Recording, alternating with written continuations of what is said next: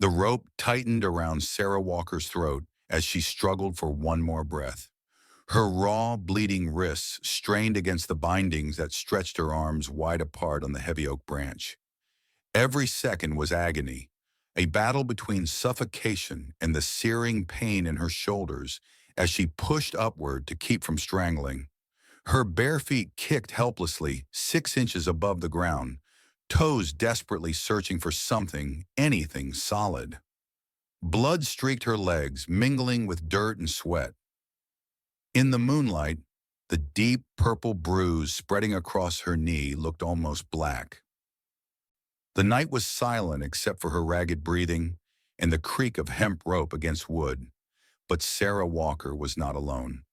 "Fight harder," came a whisper from the darkness. Marcus Reed stepped into the shaft of moonlight, his silver flask catching the glow as he took a long, satisfied pull of whiskey.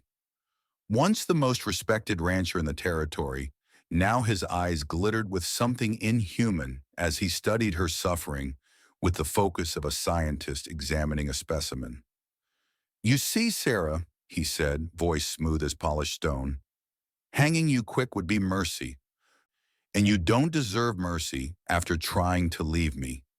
He traced a finger along her jawline, his touch making her skin crawl. "This special rope, it tightens with every weakening breath. I want to witness the exact moment your spirit breaks." Sarah's eyes blazed with defiance even as tears streamed down her face. Reed saw it, and his smile widened. "That look," he whispered, leaning close enough that she could smell the whiskey and tobacco on his breath. "That's what I'm waiting for. When that fire finally dies, that's when I'll know you're truly mine again." He drew his knife, the blade glinting in the moonlight. "Maybe I should help that process along." Frank Harmon froze at the sound of a woman's terrified gasp cutting through the night. He'd been tracking a 6-point buck for nearly 3 miles through the Wyoming wilderness, moving like a ghost through the pines.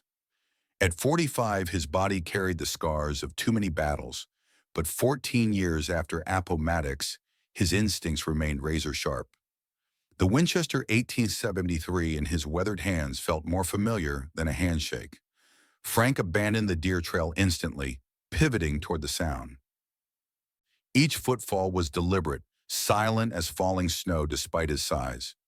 The moon broke through the clouds, bathing the forest floor in silver light as he approached a small clearing. The sight stopped his heart cold. A woman hung suspended from an oak branch, fighting for each breath, rope cutting into her neck. 30 yards away stood Marcus Reed, examining the woman like a spider with a fly, knife in hand. Even from this distance, the pleasure in Reed's expression was unmistakable. Frank had seen that look before, on battlefields when certain men discovered they enjoyed killing too much. Men like Reed didn't deserve the mercy of a warning shot. Frank silently set his rifle against a pine, drew his hunting knife, and moved through shadow toward the woman. Her eyes widened when she sensed his presence behind her, but he pressed a finger to his lips. "Don't move," he whispered, his blade finding the neck rope first, sawing with controlled urgency. The woman's full weight collapsed against him as the pressure released. Frank caught her easily, one arm wrapping around her waist while he continued cutting her wrist bindings. The famous Frank Harmon playing hero. Reed's voice sliced through the night, cold as a mountain stream in January. The unmistakable click of a revolver's hammer being cocked followed. "Step away from what's mine, or I'll put a hole where your conscience should be." Frank's body tensed, positioning himself between the woman and Reed. His hand found the Colt's single-action army at his hip, drawing and firing in one fluid motion that 14 years of peace hadn't dulled. The shot echoed like thunder through the trees. Reed cursed as he dove for cover, returning fire. Bark exploded from the tree inches from Frank's head. "Run!" Frank hissed, half carrying the woman toward where he'd left his horse. Another bullet tore through his side, hot pain lancing through him, but instinct and training kept him moving. With one powerful motion, he lifted the woman onto his dun stallion. then swung up behind her despite the fire in his side. "Hold tight," he commanded, spurring the horse forward. They crashed through the underbrush, Reed's curses fading behind them. Frank guided the horse with his knees, one arm steadying the woman, the other holding his revolver ready. His mind calculated distances, terrain, options, the cold arithmetic of survival. He'd spent 7 years learning every gully, ridge, and creek in this territory. Knowledge that had started as a way to hunt food had become his edge against men who would take what little he had left. Now it would keep them both alive. After 20 minutes of hard riding, when the sound of pursuit had faded to nothing, Frank guided the horse into a shallow creek. They followed it downstream for a quarter-mile, the water erasing their tracks before turning up a nearly invisible trail that led to a small clearing dominated by a sturdy log cabin. "We're safe for now," Frank said, helping the woman down. When her legs buckled, he caught her, lifting her in his arms despite the protest from his wounded side. The cabin was simple but solid, one main room with a stone fireplace, a small bedroom off to the side. Gun racks lined the walls, holding rifles and shotguns. Dried herbs hung from the ceiling beams, and a worn bearskin covered the plank floor. Frank laid the woman on his bed and lit an oil lamp. In its amber glow, he got his first clear look at her. Despite the dirt and blood, there was a dignity in her face. High cheekbones, dark hair, and eyes that even through exhaustion held a fierce intelligence. "Sarah," she managed, her voice a ragged whisper. "Sarah Walker." "Frank Harmon," he replied, dampening a cloth to clean her wounds. He hesitated, the reality of what he'd done settling on him like a physical weight. By saving her, he'd made an enemy of the most dangerous man in the territory and brought that danger to his doorstep. For a moment, Frank considered his options. He could take her to town at first light, wash his hands of the whole affair. The smart play was to stay uninvolved. Then Sarah Walker's eyes met his, and he saw something there beyond fear, a determination that mirrored his own. "Why?" she asked simply. Frank's weathered face revealed nothing as he turned to tend the fire. "Some things a man can't ride past." Both knew the truth that hung unspoken in the air. Marcus Reed wasn't a man who forgave or forgot, and he was coming. "He'll find us," Sarah said. The first words she'd spoken since dawn broke cold and clear over the cabin. She sat wrapped in a faded quilt by the fire, her hands clutching a tin mug of coffee. The night's rest had brought some color back to her face, though the rope burns on her neck and wrists stood out angry red against her pale skin. Frank checked the load in his Colt before sliding it back into its holster. His side was bandaged, the bullet grazed cleaned with whiskey and treated with herbs from an old Shoshone medicine man who'd once saved his life. "Let him try," Frank said, voice matter-of-fact rather than boastful. Sarah's laugh held no humor. "You don't understand what Marcus Reed is. Half the county belongs to him, the sheriff, the judge, even the church. He doesn't just have money, he has power." Frank remained silent, his eyes revealing nothing as he added wood to the fire. "5 years ago, I thought Marcus was everything a woman could want," Sarah continued, the words spilling out like poison from a wound. "Handsome, wealthy, respected. It took 3 months of marriage to see the monster beneath the charm." Frank poured himself coffee, listening. First came the control, what I wore, who I spoke to. Then the punishments. Her fingers unconsciously touched the fading bruises on her neck. "He enjoys the suffering, Mr. Harmon, not just causing it, but watching it, studying it, testing how far he can go before—" Her voice trailed off. Frank sat across from her, his silence an invitation to continue rather than an end to the conversation. "I tried running once before," Sarah said. "Made it all the way to Cheyenne. Thought I was free." Her knuckles whitened around the mug. "He found me within a week. What he did after he brought me back. She shook her head, unable to continue. How did you get away this time?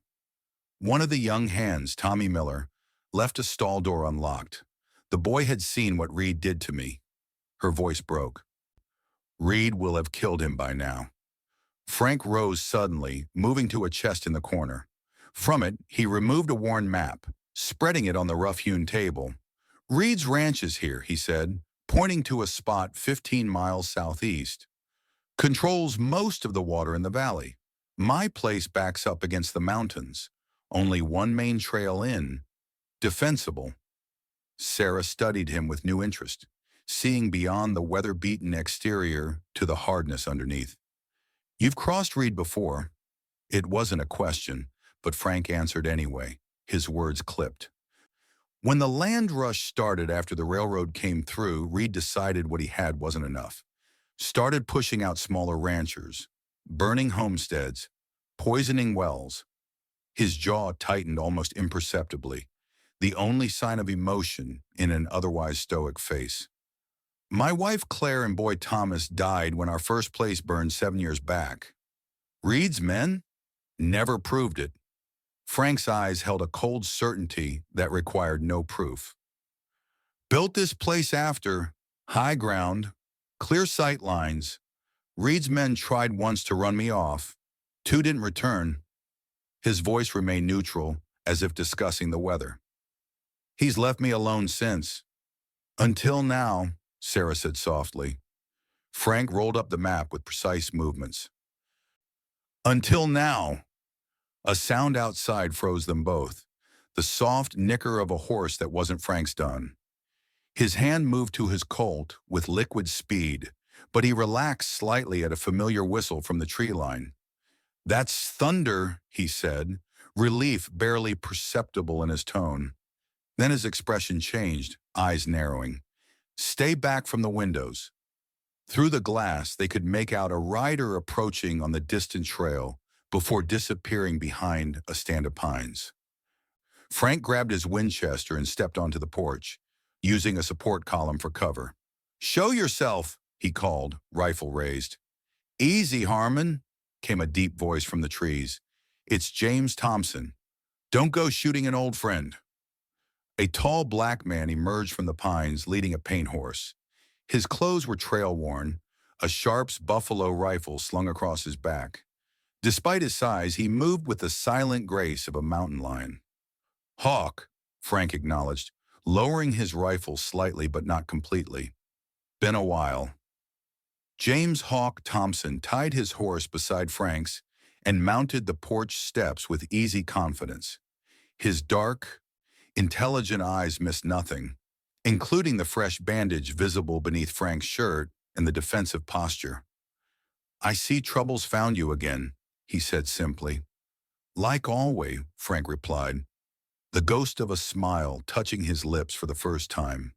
Inside, Hawk nodded respectfully to Sarah, taking in her condition with a glance that revealed nothing of his thoughts.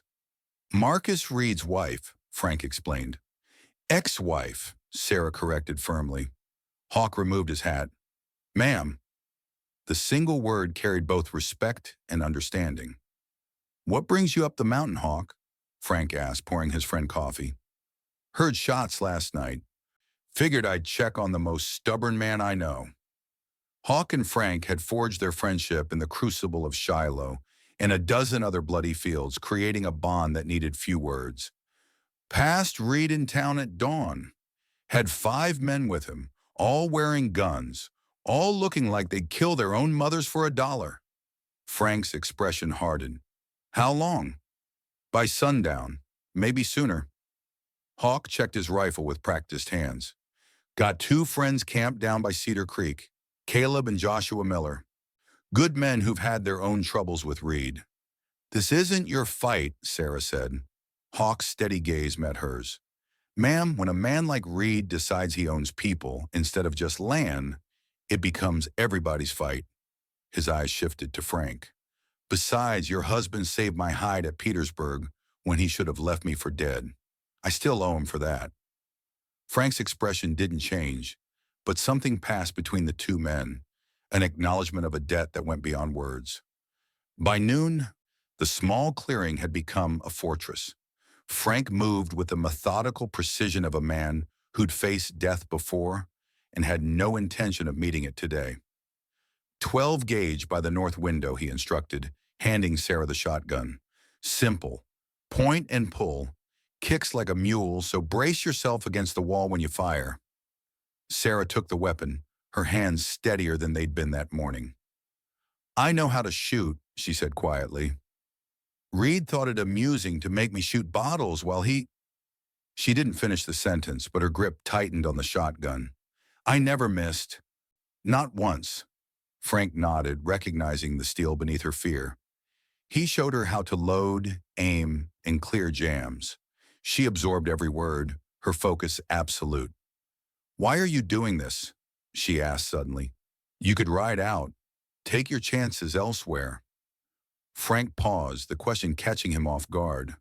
For a moment, the mask of stoic determination slipped, revealing something raw underneath. I ran once before, he said finally, his voice low. When the fire started, I was hunting, came back to find... He shook his head once. The memory locked away again. A man can only run so far from himself.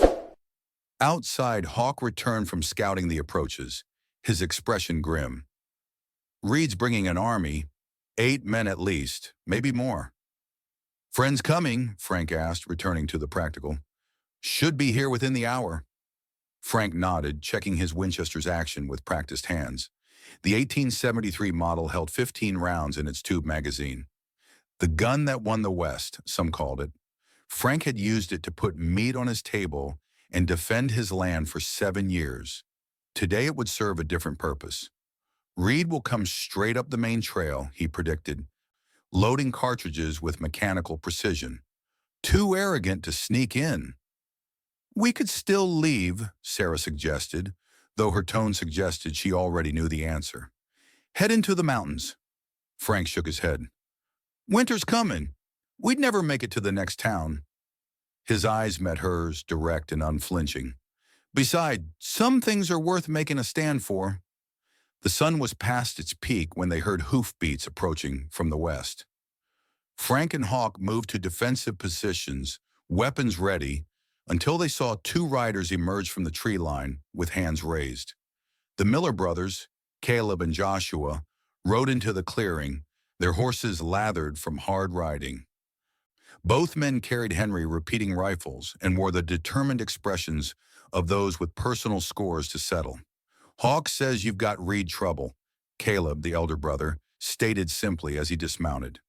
8 men at least, Frank confirmed. Joshua, barely 20, spat into the dirt. The bastard hanged our father last spring, claimed he was stealing cattle. The young man's eyes burned with barely contained rage. Pa never stole nothing in his life. Frank nodded once, understanding all that remained unspoken. Let's get your horses out of sight. As the afternoon waned, they transformed the clearing into a killing ground. Frank had spent years preparing for this possibility, firing lines carefully planned, escape routes memorized, supply caches established. I've set tripwires on the main trail, Frank explained as they gathered for final instructions. Noisemakers mostly. Won't stop them, but might break their formation. He assigned positions with the authority of a man who had commanded others in battle. The Miller brothers would take the rock formation north of the cabin, creating a crossfire. Hawk positioned himself in the barn loft, his Sharps rifle accurate to 1,000 yards in the right hands, covering the main approach. Frank and Sarah would hold the cabin itself. As sunset painted the mountains gold, Frank took Sarah aside, his voice low and urgent. If things go bad, he told her, there's a path behind the cabin, follows the stream up into the high country. Emergency supplies buried under the lightning-struck pine 300 paces up. You'll recognize it. Looks like a giant pitchfork against the sky. Sarah checked the shotgun one final time, her face set with determination. We're not losing, Mr. Harmon. Frank studied her for a long moment. No, ma'am. I don't believe we are. The last light of day caught the metal of the rifle barrel, as Frank positioned himself by the front window. In the sudden, strange beauty of the moment, he saw Reed and his men emerge from the forest like shadows given form. 8 riders in tight formation. Reed led them, his black coat and hat making him look like a preacher of death. The men behind him were hardened killers, gunslingers with cold eyes and hair-trigger hands.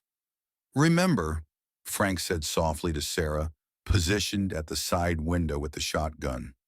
"Wait until they're in the clearing."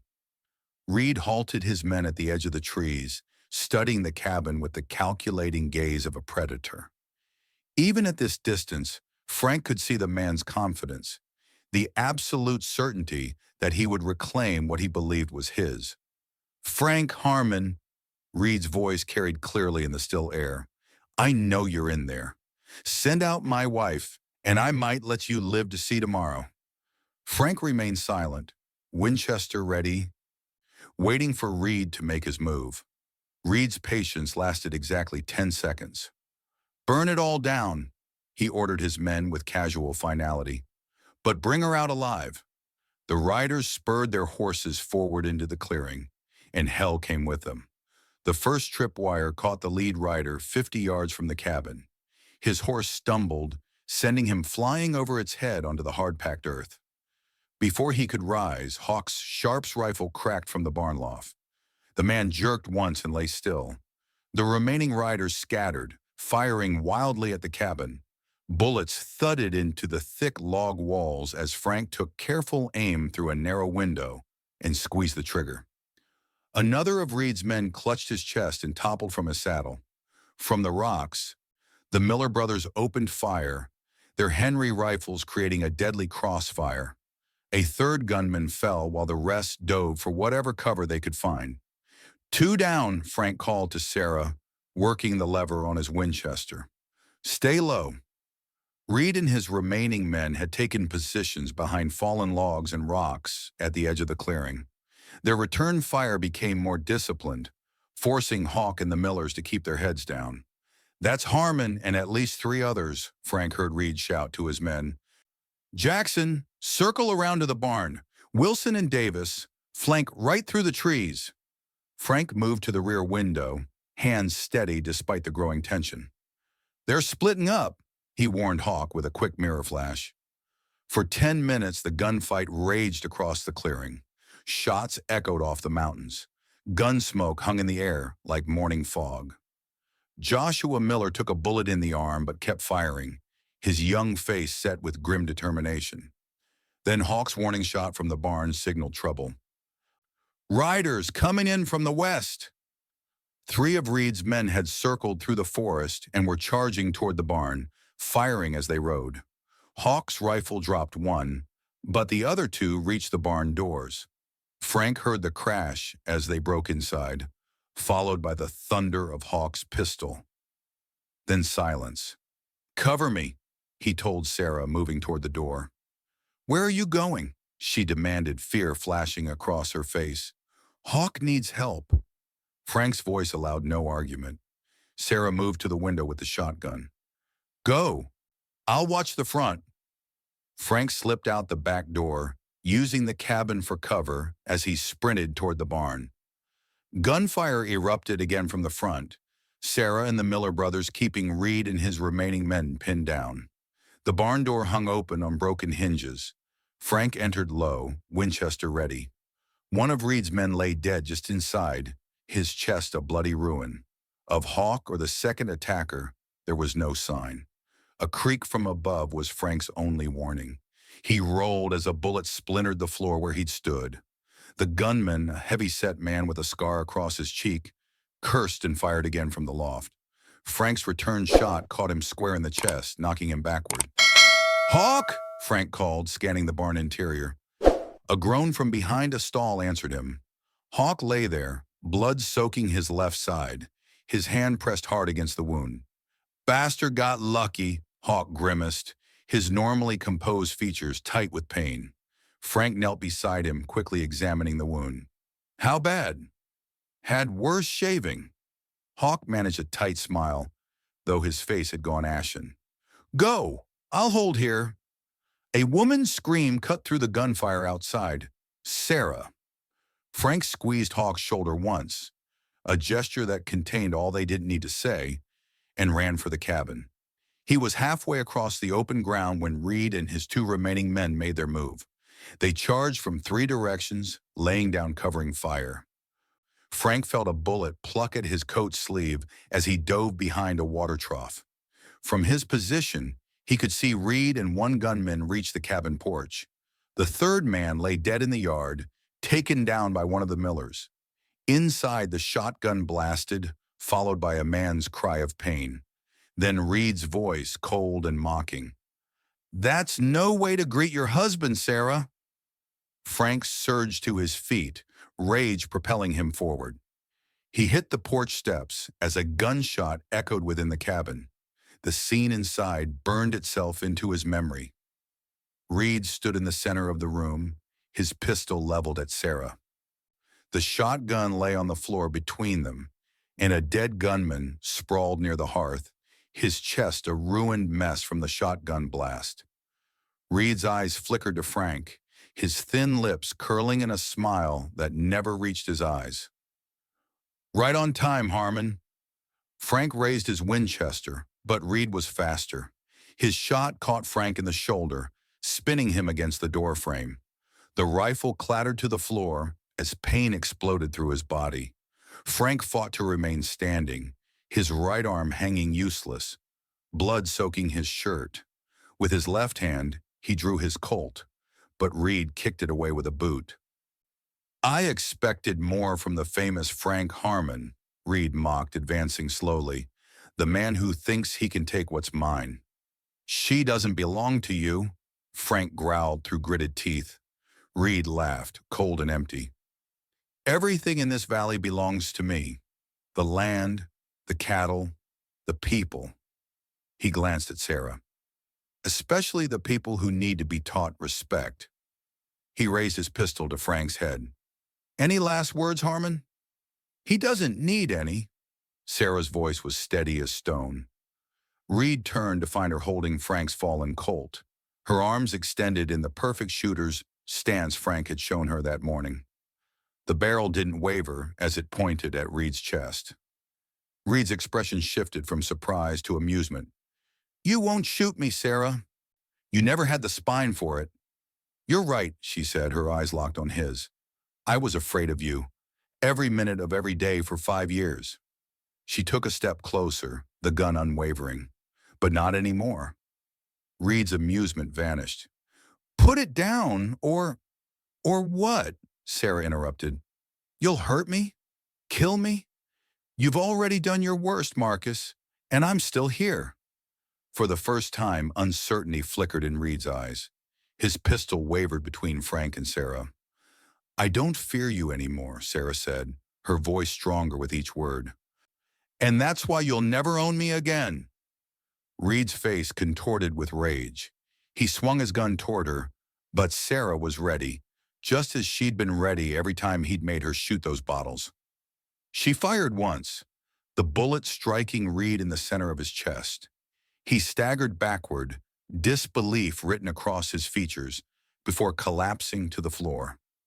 Marcus Reed, the man who thought he owned the valley, died staring up at the woman he could never truly possess. Morning broke clear and cold over the Harmon cabin. Fresh graves marked the edge of the forest, 7 in total. Reed's men had been buried with as much dignity as Frank and the others could muster. Even monsters deserved that much. Reed himself lay beneath a simple wooden marker. No name, no epitaph, just a warning to those who would follow his path. Inside the cabin, Hawk rested on Frank's bed, his wound cleaned and bandaged. The bullet had passed through his side without hitting anything vital. Painful, but not fatal. He'd ride again within a week, he insisted, though the lines of pain around his eyes suggested otherwise. The Miller brothers had departed at dawn, heading back to their small ranch, with promises to return if needed. The danger, they all agreed, had passed with Reed. Sarah stood on the porch, watching the morning light spread across the valley. Frank joined her, his arm in a sling, his face drawn with pain but his eyes clear. "Sheriff Matthews will be up from town soon," he said. "Reed's foreman would have reported the gunfire." "Will there be trouble?" Sarah asked. Frank shook his head. "Matthews is a reasonable man. Reed pushed too far this time. 7 dead gunslingers tells its own story. And me? Self-defense, clear as day." Frank's voice softened almost imperceptibly. "You did what needed doing." The simple words carried more weight than any elaborate praise. Sarah nodded, understanding what remained unspoken. They stood in silence for a moment, the future stretching before them like the valley below, uncertain but full of possibility. "What will you do now?" Frank finally asked. Sarah considered the question. "I never thought beyond escaping him." She looked at Frank. "What about you? Will you stay here?" "It's my home," Frank said simply. "Has been for 7 years. Will be till they put me in the ground." Sarah nodded, understanding the connection between the man and this piece of wild country. "There is something about this place," she admitted. "The mountains. The freedom." "There's work here," Frank added, not looking at her. "If you wanted to stay on, help rebuild what Reed's men damaged, at least until you decide." It wasn't much of an offer, from a man unaccustomed to asking for anything, but Sarah heard what remained unsaid. "I'd like that," she replied softly. Later that day, Sheriff Matthews arrived with 2 deputies. He surveyed the scene, took statements, and declared the matter closed. Self-defense against armed intruders. The law was clear, even when it involved the most powerful man in the county. As the lawmen prepared to leave, Matthews paused beside his horse. His next words cut through the momentary peace like a knife. "Reed's got a brother in Texas," he informed Frank, his voice low enough that only Frank could hear. "Nathan Reed, fastest gun south of the Red River by all accounts. Killed 16 men in fair fights, probably twice that in unfair ones." He adjusted his hat, looking uncomfortable. "Just thought you should know. He'll come looking when he hears."